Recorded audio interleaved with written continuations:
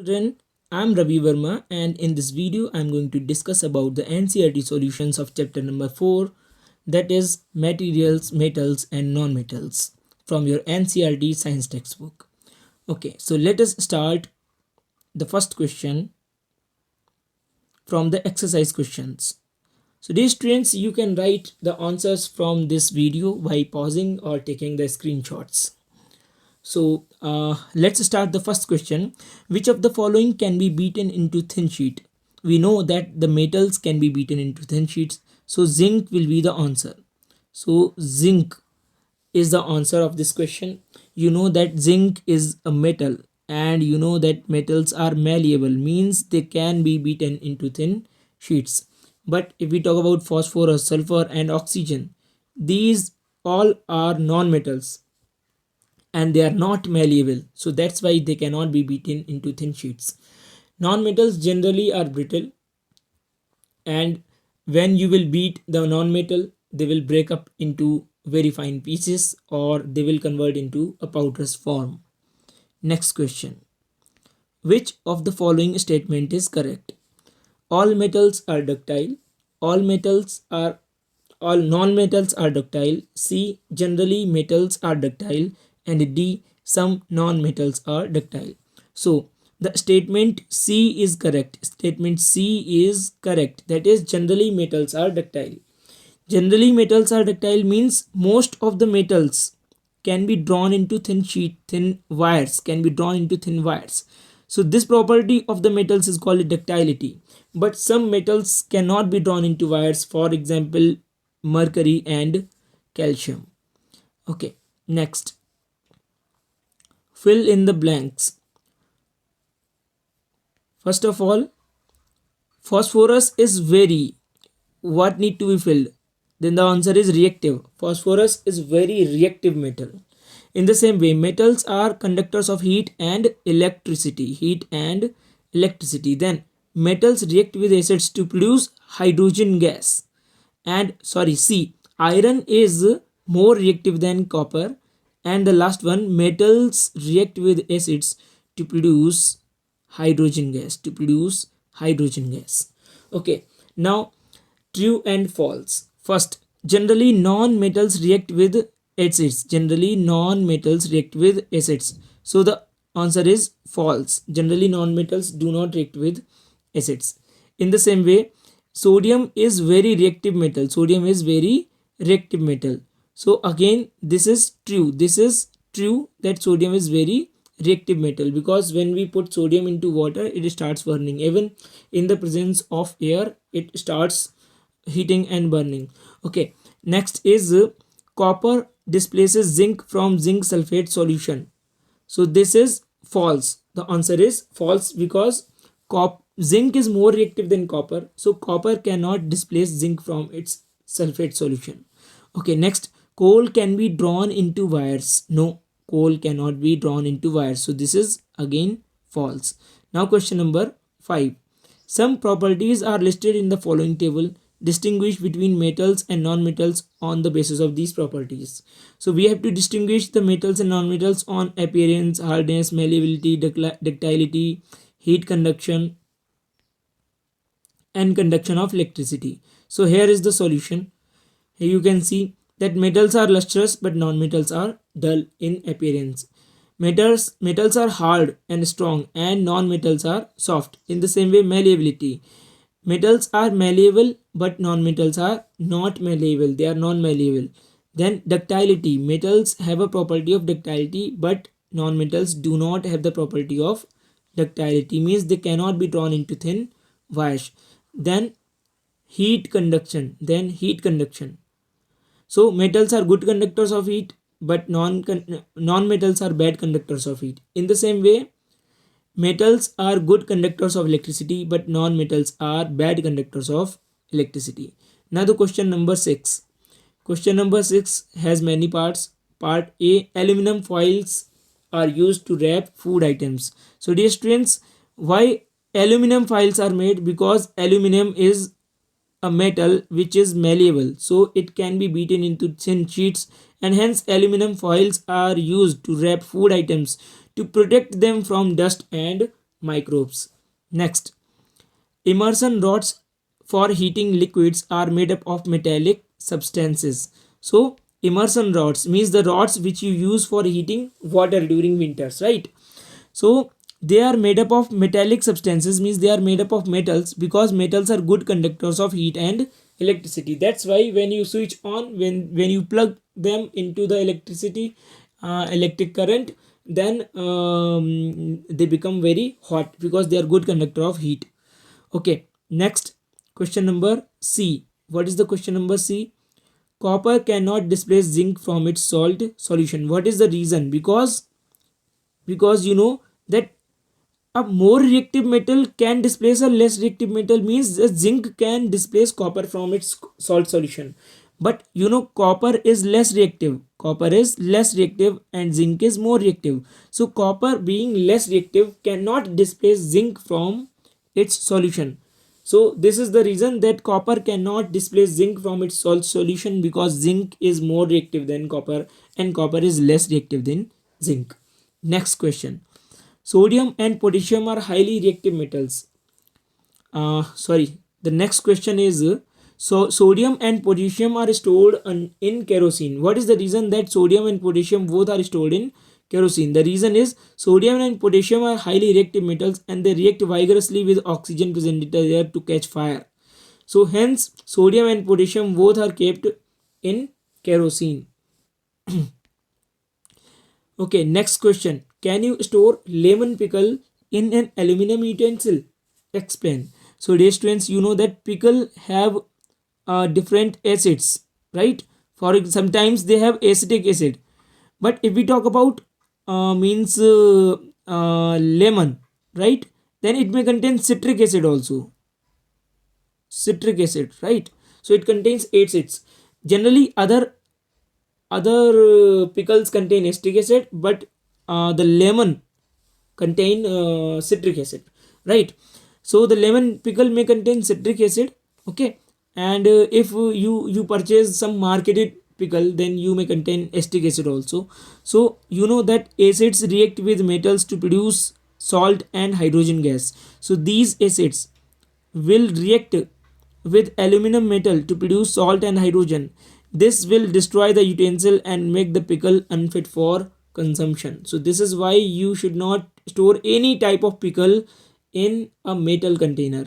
Next, match the substances given in column A with their uses given in column B. Okay, so let's check their uses. So gold is used for making jewelry, right? Iron is used for making machinery parts. Then aluminum is used for making electric wire. Carbon is used as a fuel. Copper is used for electric wire. Mercury is used in thermometers. Aluminum is also used for wrapping food.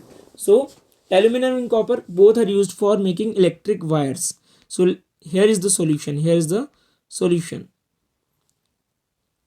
Gold for jewelry, iron for machinery, aluminum for wrapping food, means aluminum foil. Carbon as a fuel, copper as a for electric wires, mercury in thermometers. Next question. What happens when dilute sulfuric acid is poured on copper plate? So dear students, this is the solution. Copper does not react with dilute sulfuric acid. So when you will put dilute sulfuric acid on a copper plate, there will be no reaction. So no reaction occurs when dilute sulfuric acid is poured on a copper plate.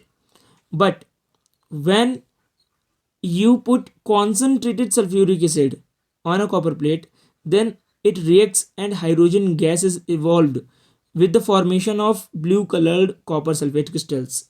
And the chemical equation for the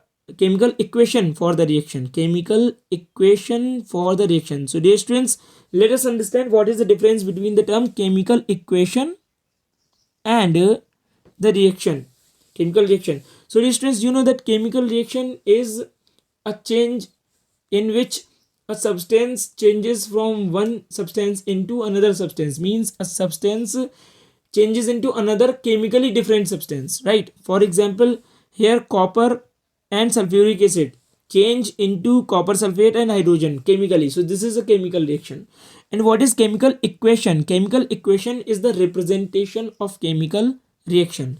Means the chemical reaction which is taking place, it should be represented in the form of chemical equation. So the written form of a chemical reaction is chemical equation. So there are two types of chemical equations. One are world equations and the other are proper chemical equations, in which we use symbols and chemical formulae like Cu, H2SO4.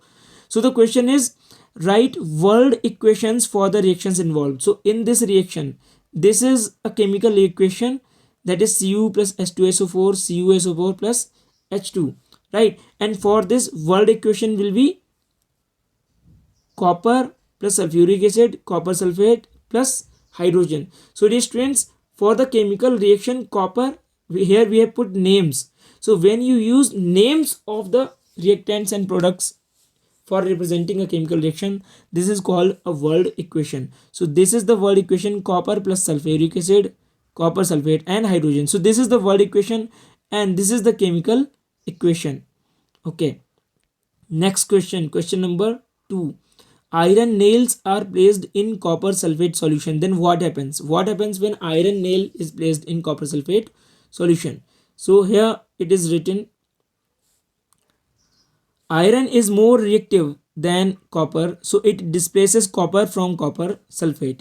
In this reaction, blue colored copper sulfate solution fades up and copper gets deposited on iron nail as a brown coating. This reaction is called displacement reaction, and the chemical reaction is Fe plus CuSO4, FeSO4 plus Cu, means Fe is iron, CuSO4 is copper sulfate.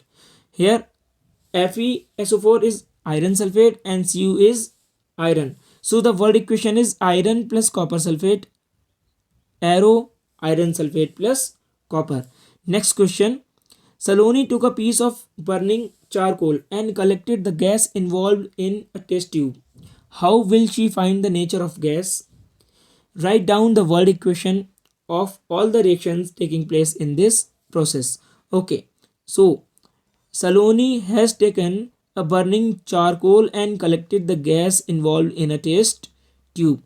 Okay, so how will the gas will be checked? So dear students, what happens when charcoal, now charcoal is actually carbon, chemically charcoal is carbon. So when charcoal burns, right, when Saloni has burnt charcoal, then charcoal during burning reacts with oxygen and produces a gas that is called carbon dioxide. Now Saloni has collected this carbon dioxide into a test tube,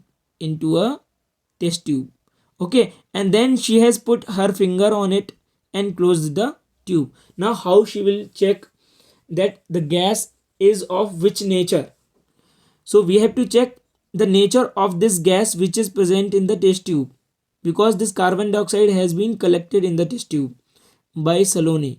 So how will she check it? There are two methods. One method is that the carbon dioxide should be passed through the solution of lime water. Okay, so when charcoal is burnt in oxygen, carbon dioxide is produced. If Saloni will pass the gas into lime water, it will turn milky in appearance. So if carbon dioxide is passed through the lime water, then it will become cloudy, means milky type of appearance in the solution. This shows that the gas is carbon dioxide. Another method of checking the nature of gas, that is carbon dioxide, is that the Saloni should cover the test tube with a finger and shake well after adding a few drops of water. Means in the test tube where she has taken gas, she should add a few drops of water and shake it. So after shaking, the water will settle down here, and this will be a mixture of CO2 plus water. Okay, so Saloni will add a few drops of water into the test tube where already the gas, that is carbon dioxide, is present. So the solution of the gas will be there. Now we have to check this solution by the help of blue or red litmus paper. So when we will use blue litmus paper, then the blue litmus paper will change its color and will become red. So the blue litmus paper will convert into red litmus paper, means it will change into red color, right? So this shows that the gas is acidic in nature. So carbon dioxide is acidic in nature because carbon dioxide is an oxide of a non-metal, that is carbon. Okay, so world equation is carbon plus oxygen carbon dioxide. Next and the last question. One day Rita went to jeweler's shop with her mother. Her mother gave old gold jewelry to the goldsmith to polish. Next day when they brought the jewelry back, they found that there was a slight loss in weight. Can you suggest the reason for the loss in weight? Okay, so dear students, the what is the meaning of this question? Means one day Rita and her mother went to a jeweler shop, right? And the old gold jewelry was given to the shopkeeper to polish it, means to regain its shine. That is called polishing. Okay, so what happened that what is the answer? That what happened that after getting polished, there was a slight loss of weight of the jewelry. So what is the reason behind it? So let's understand about it. So what happens when a goldsmith polishes an old gold ornament? He dips it into a liquid called aquaresia. And what is aquaresia is a mixture of two acids. One is hydrochloric acid and the other is nitric acid in the ratio 3:1. That is 1 volume of hydrochloric acid and 3 volume of hydrochloric acid and 1 volume of nitric acid. So the gold jewelry is dipped in this acid solution, that is called aquaresia. And when it is kept dipped in the aquaresia, then outer layer of the gold that has lost the shine dissolves in aquaresia and the inner shiny layer appears on the surface. And this is how the old shiny shineless old gold jewelry regains its shine. So because of the dissolving of the outer gold layer, there is a reduction in the weight of the jewelry. Because outer layer of the gold gets dissolved, this is why there is a reduction in the weight or the mass of the jewelry.